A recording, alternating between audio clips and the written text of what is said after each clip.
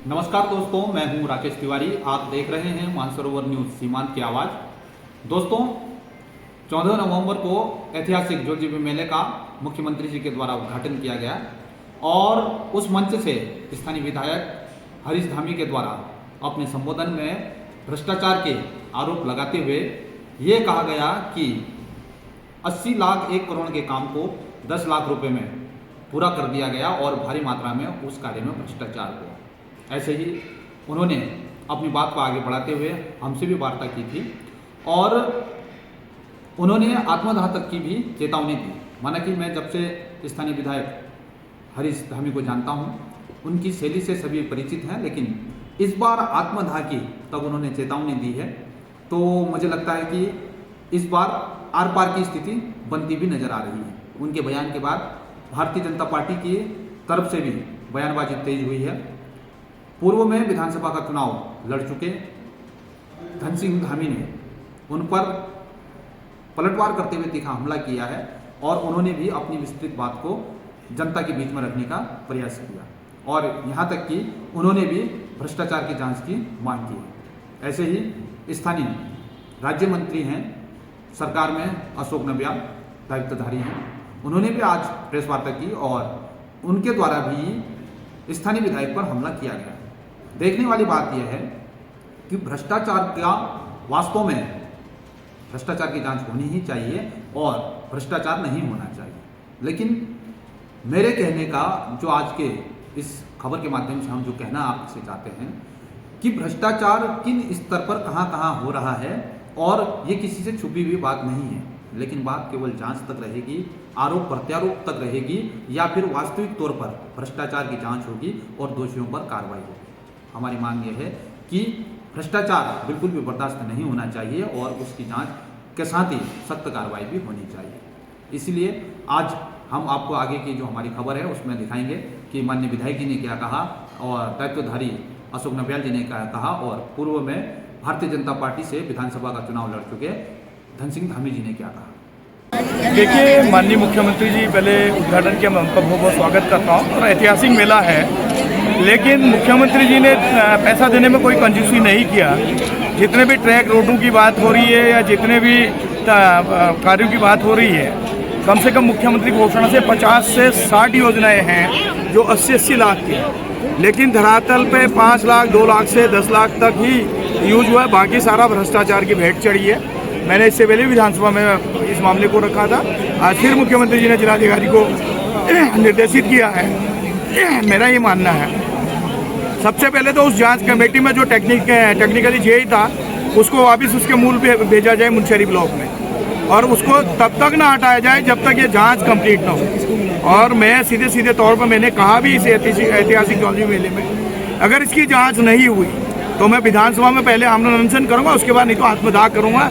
लेकिन मैं इन भ्रष्टाचारियों को, ये अंडल मंडल कमंडल जो ये भ्रष्टाचार फैला रहे हैं, इनको बख्शूंगा नहीं। विधायक जी, विधानसभा में 3 लोगों की हत्या की भी आपने आज बात कही है, इसको कैसे देख रहे हैं और क्या मांग कर रहे हैं आप? नहीं, देखिए, अगर नहीं होगी तो जनता के सेवक है, जनता के हितों के लिए, जनता के हक के लिए लड़ेंगे मरेंगे। सैनिक का पुत्र हो, लड़ने मरने से डरता नहीं। नवंबर 2025 जोजीबी मेला उद्घाटन के अवसर पर अपने प्रदेश के यशस्वी मुख्यमंत्री धाकड़ धामी श्रीमान पुष्कर सिंह धामी जी के द्वारा जोजीबी मेले का उद्घाटन किया गया और कई विकास कार्यों को निर्माण कर रहे हैं। तो आपने आश्वासन दिया, जिसके लिए पूरे धातुला विधानसभा के क्षेत्रवासी आपका आभार व्यक्त करते हैं। इसी मंच से एक कांग्रेस के अपने विधायक माननीय हरीश धामी जी ने भी कहा कि वास्तव में माननीय पुष्कर धामी जी के नेतृत्व में धारतुला विधानसभा का चहुमुखी विकास हो रहा है, ये स्वीकार किया। इससे स्पष्ट होता है मात्र पुष्कर धामी जी किसी एक क्षेत्र विकास के लिए, क्षेत्र विशेष के लिए नहीं, अपितु पूरे उत्तराखंड के विकास में आप अपनी अहम भूमिका निभा रहे हैं और पूरे उत्तराखंड का विकास हो रहा है।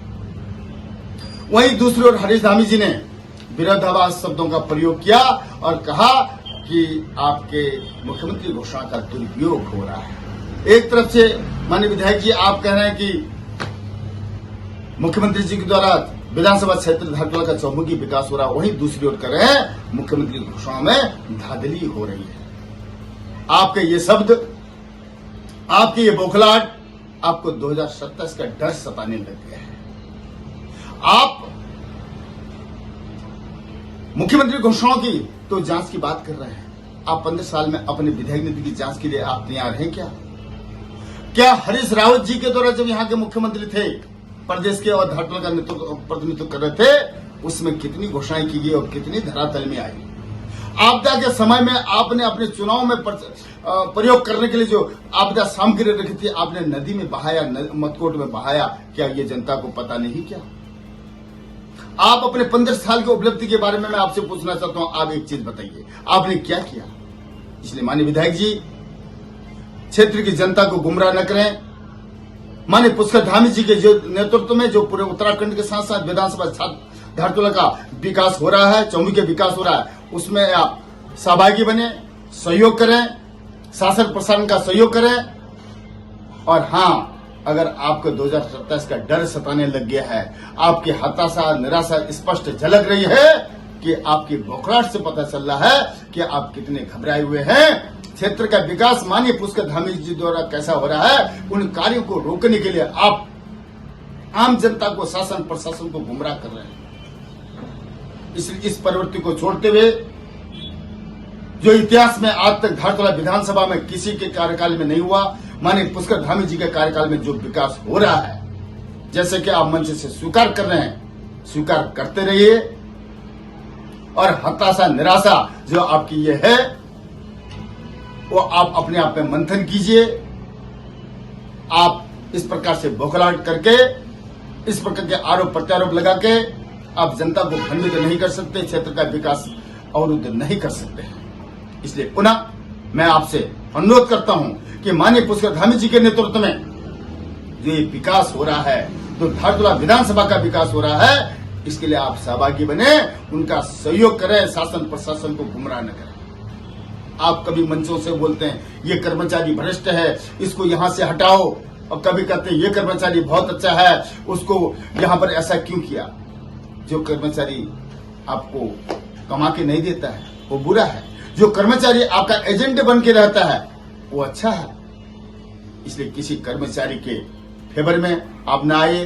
ठीक है, जो कर्मचारी गलत है, सही है, उसकी आवाज उठाना है, लेकिन किसी की तारीफ मंच से करोगे, किसी की बुराई मंच से करोगे, ये ठीक नहीं है। इसलिए पुनः मैं आपसे अनुरोध करता हूं कि आप क्षेत्र के विकास में बाधित न बने, जनता को आप न बरगलाएं। और माननीय पुष्कर धामी जी के कार्यों की जिस प्रकार से आप सराहना कर रहे हैं, आप करते रहिए। और बौखलाहट से इतना मत बौखलाइए। जनता सब जान रही है कि आपकी बौखलाहट आपको कितना सता रही है।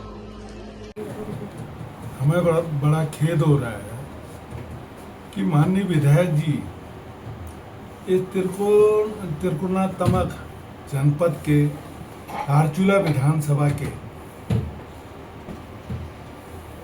विधायक है और औद्योगिक व्यापार और सांस्कृतिक मेले में